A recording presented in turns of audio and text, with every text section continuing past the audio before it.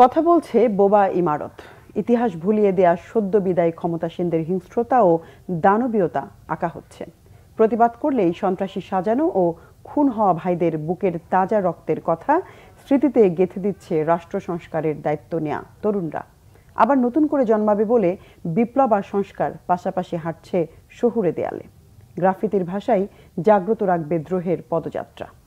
বিস্তারিত ফরুখ বাবুর রিপোর্টে। পালিয়ে যাওয়া সুবোধ আজ ঘুরে দাঁড়িয়েছে। সূর্য হাতে সে তুলে নিয়েছে লাল সবুজের পতাকা। শহরের দেয়াল জুড়ে সুবোধের প্রতিবাদের সেই ভাষায় আজ মুষ্টিবদ্ধ হাত। ঘুরিয়ে পেঁচিয়ে কথা বলার দিন শেষ। বাক স্বাধীনতা খাঁচা ভেঙে ছুটছে বারুদ হয়ে। শব্দে শব্দে ভাষণ দিচ্ছে, ছবিতে ছবিতে জাগাচ্ছে স্মৃতিকে। যুগ যুগ ধরে বহু মানুষ চেয়েছে বিভেদ তৈরি করতে।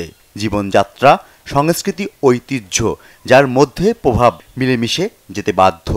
সাম্রাজ্যের হস্তান্তর হয়েছে আর স্থাপত্যে পড়েছে তার প্রলেপ।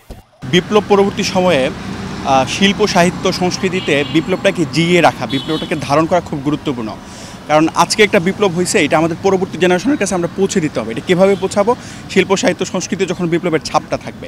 আমরা দেখেছি যে কিছুদিন ধরে একটা গোষ্ঠী, তারা হচ্ছে বিপ্লবের পরবর্তী সময়ে যেখানে যে ওয়ার্ডসগুলো বা যে টার্মিনোলজিগুলো ইউজ করার মাধ্যমে বিপ্লবটা মানুষজনকে পুশ করতেছিল, সেই জায়গা থেকে আমরা দেখি যে বিভিন্ন কুসুম কুসুম কথাবার্তা লিখে এই বিপ্লবের চেতনাটাকে মুছে দেওয়া হচ্ছিল। আমরা ঠিক সেই জায়গা থেকে আমরা আবার বিপ্লবের চেতনা ধারণ করে এমন কিছু কথা আমরা গ্রাফিতি আকারে লিখতে চাই।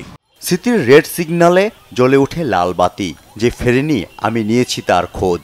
বসন্তের বুক পকেটে খুচরা কথা বিলিয়ে দেয়া হচ্ছে দেয়ালে দেয়ালে।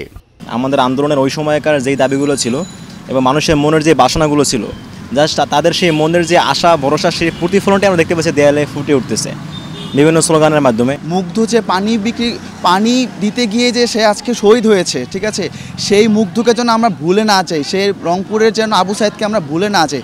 এবং আমরা এই গ্রাফিতির মাধ্যমে বাংলাদেশের যেই ল্যাগিংসগুলো রয়েছে, দুর্নীতি, ঠিক আছে, ঘুষ, এইগুলোর জন্য আমরা এই গ্রাফিতির মাধ্যমে প্রতিবাদ করতে পারি। শিক্ষকদের সর্বনাশা নীতি, রাজনীতি, রাষ্ট্র সংস্কার, দুর্নীতি, এর বিরুদ্ধে ঐক্যবদ্ধভাবে রংতুলির আঁচড়ে চলছে প্রতিবাদ। ইট হাতে পুলিশের বারুদের সামনে দাঁড়িয়ে থাকা শিক্ষার্থী থামায়নি তার গর্জন। শহরের দেয়ালে দেয়ালে গ্রাফিতির মাধ্যমে রঙের মুগ্ধতায় জানান দিচ্ছে রাষ্ট্রের ধ্বংসাবশের কথা।